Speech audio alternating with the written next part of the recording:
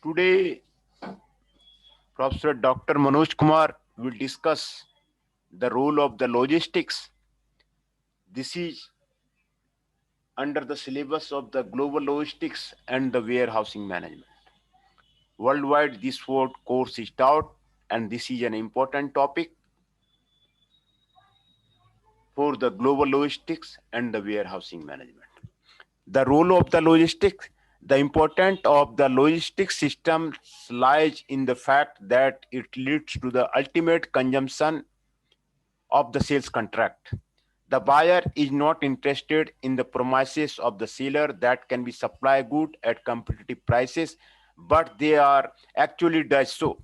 Delivery according to the contract is essential to fulfilling the commercial and legal requirement.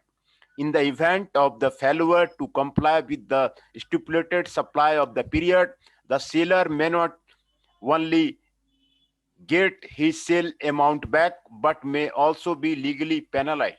If the sales contract so specify, there is no doubt that better delivery schedule is a good promotional strategy.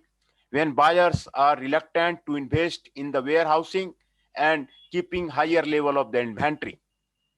Similarly, better and or timely delivery helps in getting repeat orders through the creation of the goodwill for the supplier. Thus, as effective logistics system contributes immensely to the achievement of the business and marketing objectives of a firm. It creates time and place utility in the products and thereby helps in maximizing the value satisfaction to the customers. By ensuring quick delivery in the minimum time and cost, it relieves the customers of holding excess inventory. It also brings down the cost of the carrying inventory, material handling, transportation, and other related activity of distribution. In nutshell, an efficient system of the physical distribution logistics has a greater potential for improving customer service and reducing cost. Logistics had gained importance due to the following trends: rise in the transportation costs, production efficiency is reaching a peak, fundamental change in inventory philosophy, product line profile rated, computer technology, increased use of computers, increased public concern of product, growth of the several new large retail chains or mass merchandise with large demands and very sophisticated logistics services by the bypass traditional channels and distributions, reduction in the economic regulation, growing power of the retailers, globalization. As a result of these developments, the decision maker has a number of choices to work out the most ideal marketing logistics system. Essentially, this system implies that the people at all levels of the management think and act in terms of the integrated capability and adoption of a total approach to achieve predetermined logistics objectives. With the advancement of the new technology, managers can now update sales and inventory planning faster and more frequently, and factories can respond with more flexibility to volatile market conditions. Product life cycles are contracting. Companies that have gone all out of the slash cost by turning to a large scale batch production regularly find themselves saddled with obsolete stocks and are unable to keep pace with the computers' new product introductions. Product lines are proliferating. More and more product line variety is needed to satisfy the growing range of the customer tastes and the requirement. And stock levels in both field and factory inevitably rise. The balance of power in distribution chain is shifting from the manufacturer to the trader. Objective of the logistics. The general objective of the logistics can be summarized as cost reduction, capital reduction, service improvement. The specific objective of an ideal logistics system is to ensure the flow of the supplier to the buyer. The right product, the right quantity and assortment, right places, right time, right cost, and price, right condition.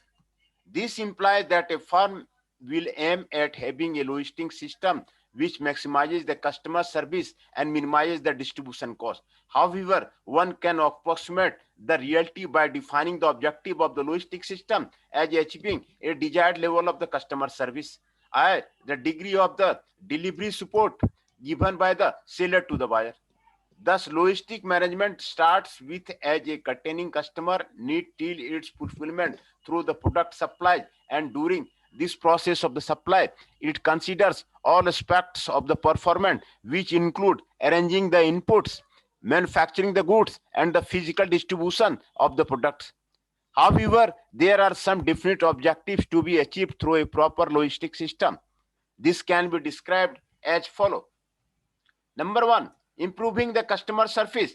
As we know, the marketing concept assumes that the sure way to maximize profit in the long run is through maximizing the customer satisfaction. As such, an important objective of all marketing efforts, including the physical distribution activity, is to improve the customer service. An efficient management of the physical distribution can help in improving the level of the customer service by developing an effective system of the warehousing, quick and economic transportation, all minimum optimum of the level of the inventory. But as discussed earlier, the level of the service directly affects the cost of the physical distribution. Therefore, while deciding the level of the service, a careful analysis of the customer wants and the policy of the competitors is necessary. The customers may be interested in the several things like timely delivery, careful handling of the merchandise, reliability of the inventory, economy in operation, and so on. However, the relative importance of these factors in the minds of the customer may vary. Hence, an effort should be made to ascertain whether they value timely delivery or economy in transportation, and so on. When the relative weights are known, an analysis of what the competitors are offering in this regard should also be made. This, together with an estimate about the cost of providing a particular level of customer service, would help in deciding the level of the customer service. Rapid response. Rapid response is concerned with a firm's ability to satisfy customer service requirement in a timely manner. Information technology has increased the capability to postpone logistical operation to the latest possible time and then accomplish rapid delivery of the required inventory. The result in estimation of the excessive inventory traditionally stocked in anticipation of the customer requirement. Rapid response capability shifts operational emphasis from an anticipatory posture based on forecasting and inventory stocking to the responding to the customer requirement on a shipment to the shipment basis. Because inventory is typically not moved in a time-based system until the customer requirements are known and performance is committed, lead tolerance exists for the operational deficiency. Reduce total distribution cost. Another most commonly stated objective is to minimize the cost of the physical distribution of the products. As explained earlier, the cost of the physical distribution consists of the various elements such as transportation, warehousing, and inventory maintenance. And reduction in the cost of one element may result in an increase in the cost of the other element. Thus, the objective of the firm should be to reduce the total cost of distribution and not just the cost incurred on any one element. For this purpose, the total cost of the alternative distribution system should be analyzed, that the one which has the minimum total distribution cost should be selected. Generating additional sales. Another important objective of the physical distribution logistics system in a firm is to generate additional sales. A firm can attract additional customers by offering better service at the lowest price. For example, by decentralizing its warehousing operation or by using economic efficient modes of the transportation, a firm can achieve larger market share. Also, by avoiding the out of stock situation, the loss of the loyal customer can be arrested. Creating time and the place utility. The logical system also aims at creating time and place utility to the products. Unless the products are physically moved from the place of their origin to the place where they are required for the consumption, they don't serve any purpose to the users. Similarly, the products have to be made available at the time they are needed for consumption. Both these purposes can be achieved by increasing the number of the warehouses located at place from where the goods can be delivered quickly. and where sufficient stocks are maintained so as to meet the emergency demands of the customers. Moreover, a quicker mode of the transport should be selected for to move the products from one place to another in the shortest possible time. Thus, time and place utility can be created in the products through an efficient system of the physical distribution. Price stabilization. Logistics also aim at achieving stabilization in the prices of the products. It can be achieving by regulating the flow of the product to the market through a judicious use of the available transport facility and compatible warehouse operation.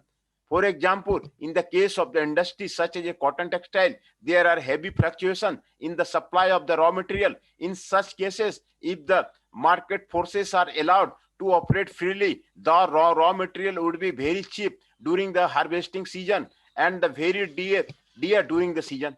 By stocking the raw material during the period of the excess supply harvest season and made available during the periods of the short supply, the prices can be stabilized. Quality improvement. The long-term objective of the logistics system is to see continuously quality improvement. Total quality management has become a major commitment throughout all facets of the industry. Overall commitment of the TQM is one of the major forces contributing to the logistical renaissance. If a product becomes defective or if service promises are not kept, little if any value is added by the logistics. Logistic costs once expanded cannot be reversed. In fact, when quality fails, the logistic performance typically needs to be reversed and then repeated. Logistic itself must perform to demanding quality standards. The management challenge of achieving zero defect logistic performance is magnified by the fact that the logistic operations typically must be performed across a vast geographical area at all times of the day and night. The quality challenge is magnified by the fact that the most logistical work is performed out of a supervisor vision. Reworking a customer's order as a result of the incorrect shipment or in transit damage is far more costly than performing it right the first time. Logistics is a prime part of the developing and maintaining continuous TQM improvement. Life cycle support. A good logistic system helps to support the life cycle. Few items are sold without some guarantee that the product will perform as advertised over a specified period. In some situations, the normal value added inventory flow towards the customer must be reversed. Product recall is a critical competency resulting from increasingly rigid quality standards. Product expiration dating the responsibility for hazardous consequences. Return logistic requirement also result from the increasing number of law prohibiting the disposal and encouraging recycling of the beverage containers and the packaging material. The most significant aspect of the reversal logistic operation is the need for the maximum control when a potential health liability exists as a contaminated product. In this sense, a recall program is similar to a strategy of the maximum customer service that must be executed regardless of the cost. Firestone classical response to the tire crisis is an example of the turning adversity into the advantage. The operational requirement of the reverse logistics range from the lowest total cost, such as the returning bottles for recycling, to maximum performance solutions for critical results. The important point is that the sound logistics strategy cannot be formulated without careful review of the reverse logistic requirement. Movement consolidation. As the logistic system aim at the cost reduction through integration, consolidation, one of the most significant logistic cost is the transportation. Transportation cost is directly related to the type of the product, size of the shipment, and distance. Many logistic systems that feature premium service depend on the high speed, small shipment transportation. Premium transportation is typically high cost. To reduce the transportation cost, it is desirable to achieve movement consolidation. As a general rule, the larger the overall shipment and longer the distance it is transported, the lower the transportation cost per unit. This requires innovative program to group small shipment for consolidated movement. Such program must be facilitated by working arrangements that transaction the overall supply chain. Scope of the logistics. The department of interest in the logistics after industrial revolution and World War II contributed to the growth in the scope of the logistic activity. The following area of the major scope of the logistics: demand forecasting, distribution communication, inventory control, material handling, order processing, part and service support, plant and warehouse site selection, procurement, packaging, salvage and scrap disposal, traffic and transportation, warehousing and storage, time and place utility, efficient movement to the customer, return goods handling, customer service.